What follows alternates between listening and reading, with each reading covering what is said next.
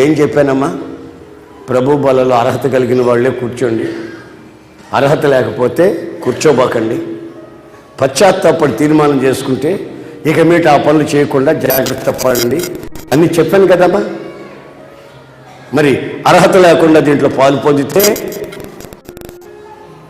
రోగాలు వస్తాయి, అవి దీర్ఘ రోగాలుగా మారుతాయి. బైబిల్లో ఉన్న మాట చదివి చెప్పాను కదమ్మా. కొంతమంది క్రమం తప్పి అక్రమాలు చేస్తూ కూడా దీంట్లో ప్రవేశిస్తే కొంతమంది హఠాత్తుగా చచ్చిపోతారు అని బైబిల్లో రాసింది. ఎన్ని చెప్పాను కదమ్మా.